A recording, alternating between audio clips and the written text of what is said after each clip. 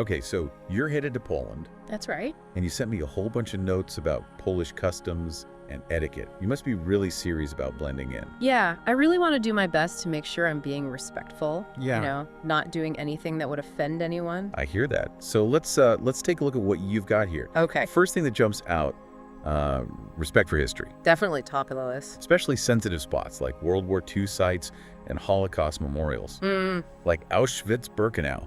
Wow, just reading that name sends chills. it's incredibly heavy, Yeah. For Poles, those places are more than just historical sites. Right, not just tourist attractions. Yeah, they're places of mourning remembrance. You have to approach them with a certain gravitas. I can imagine. So basically anything that could be seen as disrespectful is a no-go. Exactly. Loud talking, inappropriate clothing, taking selfies, smiling for photos.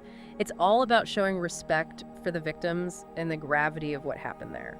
It's like those places demand a certain kind of silence. You got it. Silence and reflection. Okay, moving on from the heavy stuff. Sure? Greetings. It looks like handshakes are still the way to go. Oh, yeah, definitely. And Dzień dobry is a must. Dzień dobry. Okay, I think I can manage that. But is there anything else I should try to learn?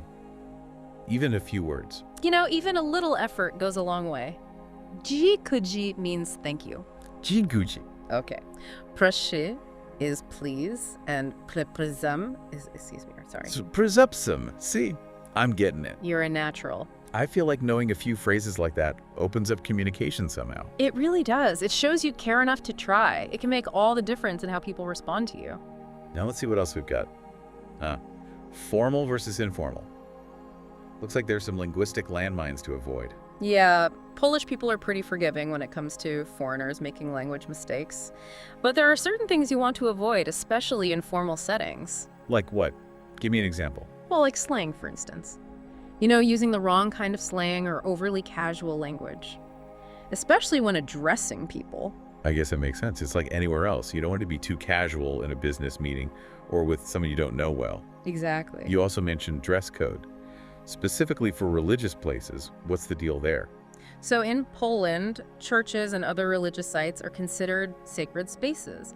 And out of respect, it's expected to dress modestly. Modestly meaning. Covering shoulders and knees is the general rule of thumb. Okay, that makes sense. Anything else on the clothing front? Not really. Just be mindful of the context. It's always a good idea to err on the side of being a bit more dressed up than too casual. Good advice. Now this next one's interesting. You say it's best to steer clear of politics and sensitive historical topics. Ah, yes. Well, let's just say Poland's had a complicated past. To put it mildly. Right. And certain topics can be very sensitive, even contentious. So unless you're really well-versed in Polish history and you're with close friends, it's best to stick to safer subjects, at least initially. So avoid potential minefields. Got it. Now on to public transport. What are the rules of the road, so to speak? Well, one thing that stands out is the custom of offering your seat to those who need it more. Elderly people, pregnant women, people with disabilities. That's pretty common courtesy though, isn't it? It is. But in Poland, it's really ingrained in the culture. A sign of respect. Exactly. Speaking of respect, let's move on to something a bit more delicious. Polish food.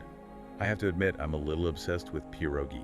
Ah, pierogi, a classic. They're little dumplings filled with all sorts of things. I've had the potato and cheese kind. So good. Those are great. But you've got to try some of the other varieties too. Meat, sauerkraut, mushroom, even sweet ones with fruit. Sounds like I need to go on a pierogi tasting tour. You definitely do. One last thing before we wrap up. Tipping. Is it expected in Poland?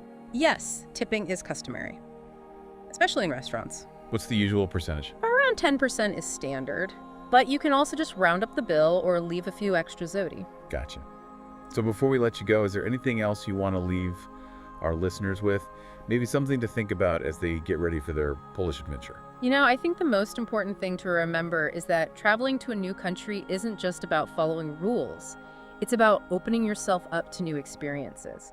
So go beyond the etiquette tips we've discussed. Embrace the opportunity to learn, try new things, connect with people. That's where the real magic of travel happens. Well said.